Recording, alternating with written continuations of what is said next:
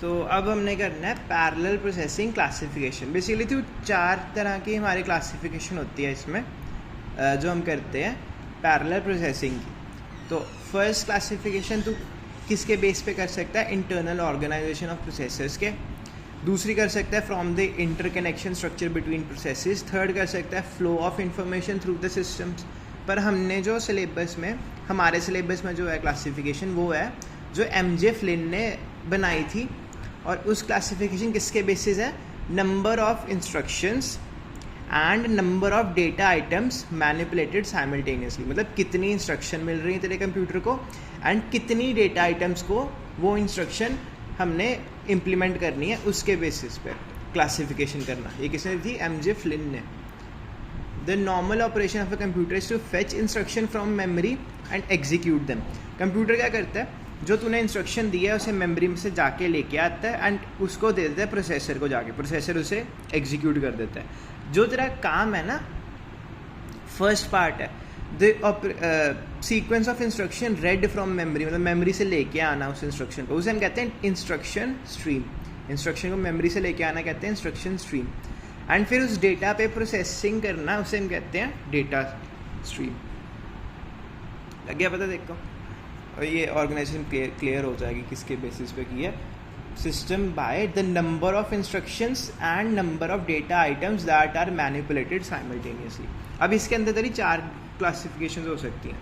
या तो तेरी एक इंस्ट्रक्शन साइकिल है एंड एक डेटा स्ट्रीम है, या फिर तेरी इंस्ट्रक्शन साइकिल ज़्यादा है, डेटा स्ट्रीम एक है, या फिर इंस्ट्रक्शन स्ट्रीम एक है, डेटा साइकिल ज़्यादा है, या फिर दोनों ही मल्टीपल है। ठीक है, हम देखते हैं क्या, single instruction stream, single data stream, single instruction stream, multiple data stream. इसका उल्टा क्या है, multiple instruction stream, single data stream. And first वाले दोनों सिंगल का ऑपोजिट क्या होएगा, दोनों मल्टीपल होना। हम पहले देखें single instruction and single data stream का क्या होएगा।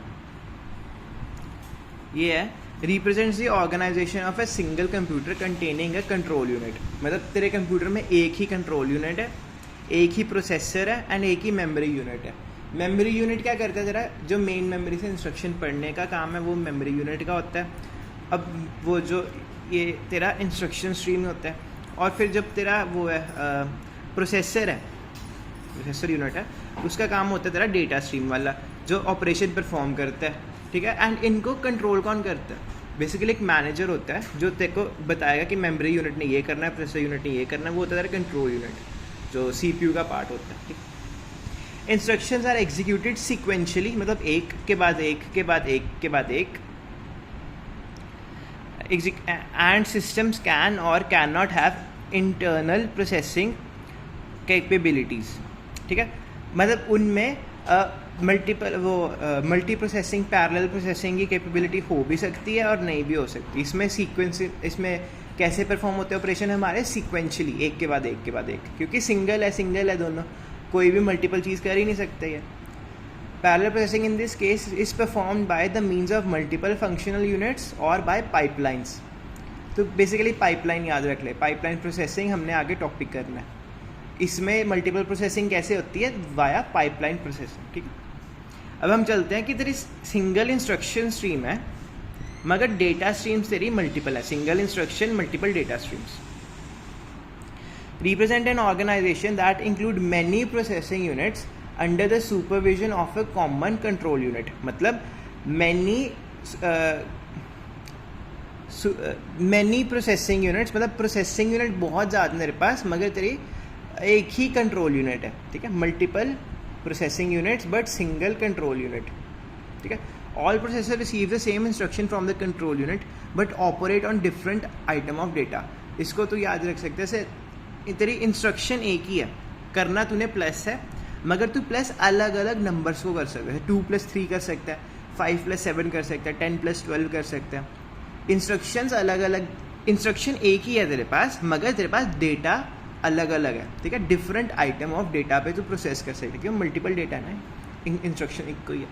The shared memory unit must contain multiple modules so that it can communicate with all the processor simultaneously. जितने मल्टीपल डेटा है ना, ये शेयर्ड मेमोरी, इसमें क्या होना चाहिए, मल्टीपल मॉड्यूल्स होनी चाहिए। क्यों, ताकि वो ज़्यादा प्रोसेसर्स के साथ इकट्ठे ही बात कर सके।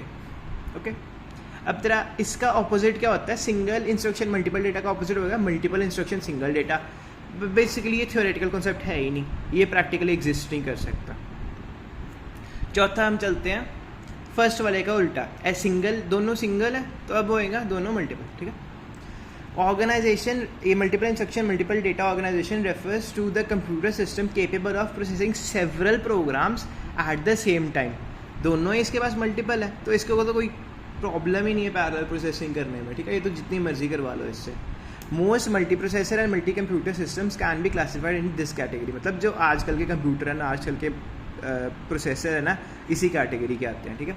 अब फ्लिंस क्लासिफिकेशन, फ्लिंस कौन था जिसने ये हमें क्लासिफिकेशन दी थी on the basis of instructions and data cycles, ठीक है। Instruction stream and data stream cycle कहते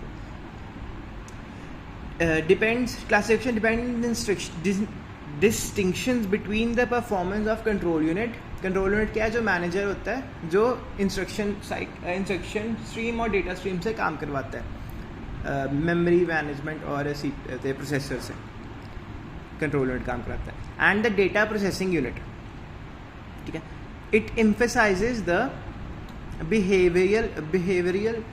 behavioral characteristics of the computer system rather than its operation and structural interconnection।